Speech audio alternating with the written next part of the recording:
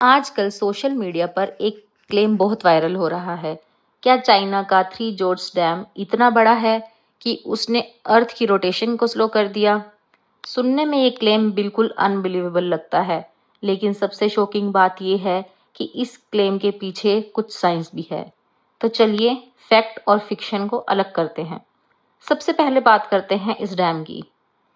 China का three George dam दुनिया का सबसे बड़ा हाइड्रो इलेक्ट्रिक डैम माना जाता है। ये यांगसी रिवर पर बना है और इसकी इलेक्ट्रिसिटी जनरेशन कैपेसिटी लगभग 22,500 मेगावाट है। ये कई देशों के पूरे पावर सिस्टम से भी ज्यादा है। इस डैम के रिजर्वियर में लगभग 40 बिलियन क्यूबिक मीटर पानी स्टोर किया जा सकता है। सोचिए, इतना पानी कि उसका वेट बिलियंस ऑफ टन्स में होता है। अब आता है असली सवाल, अर्थ की रोटेशन और डैम का क्या कनेक्शन?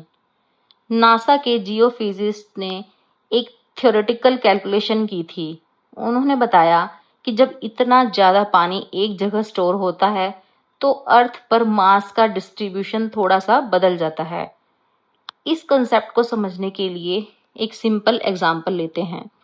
जब एक फिगर स्केटर अपने हाथ फैलाता है तो उसकी स्पिनिंग स्पीड कम हो जाती है।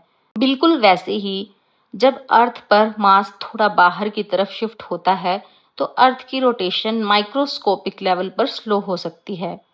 नासा की कैलकुलेशन के मुताबिक थ्री जॉर्ज डैम की वजह से अर्थ का एक दिन लगभग 0.06 माइक्रोसेकंड्स लंबा हो सकता है। माइक्रोसेकंड मतलब एक सेकंड का 10 लाखवां हिस्सा और 0.06 माइक्रोसेकंड मतलब उससे भी बहुत छोटा। अब यहाँ से वायरल पोस्ट गलत डायरेक्शन में चली गई। कई पोस्ट ने कहा कि नासा ने कंफर्म कर दिया है कि अर्थ की रोटेशन ड्रामेटिकली बदल गई है, लेकिन रियलिटी कुछ और है। फैक्ट चेक रिपोर्ट्स के मुताबिक नासा ने कोई ड्रामेटिक चेंज ऑब्जर्व नहीं किया था। ये एक साइंटिफिक कैलकुलेशन थी जिसमें बताया गया था कि इफेक्ट थ्योरेटिकली एग्जिस्ट करता है, लेकिन इतना छोटा है कि नॉर्मल लाइफ में इसका कोई इम्पैक्ट नहीं पड़ता। ना आपकी वॉच पर असर पड़ेगा, ना सनराइज सनसेट का टाइमिंग बदलेगा, ना ही अर्थ किसी डेंजर में है। लेकिन फिर भी ये डिस्कवरी इंटरेस्टिंग क्यों है? क्योंकि ये दिखाती है कि इंसान के बनाए गए मेगा प्रोजेक्ट्स कितने मैसिव हो सकते हैं। एक डैम जो इलेक्ट्रिसिटी जनरेट करता है, फ्लड्स कंट्रोल करता है और शिप्स को नेविगेशन में हेल्प करता है, वही डैम थ्योरेटिकली पूरे प्लैनेट की रोटेशन पर भी माइक्रोस्कोपिक इफेक्ट डाल सकता है। और एक और इंटरेस्टिंग फैक्ट, साइंटिस्ट कहते हैं कि बड़े अर्थक्वेक्स, ग्लेशियर्स का पिघलना और ओशन करंट्स भी अर्थ की रोटेशन को अफेक्ट करते हैं।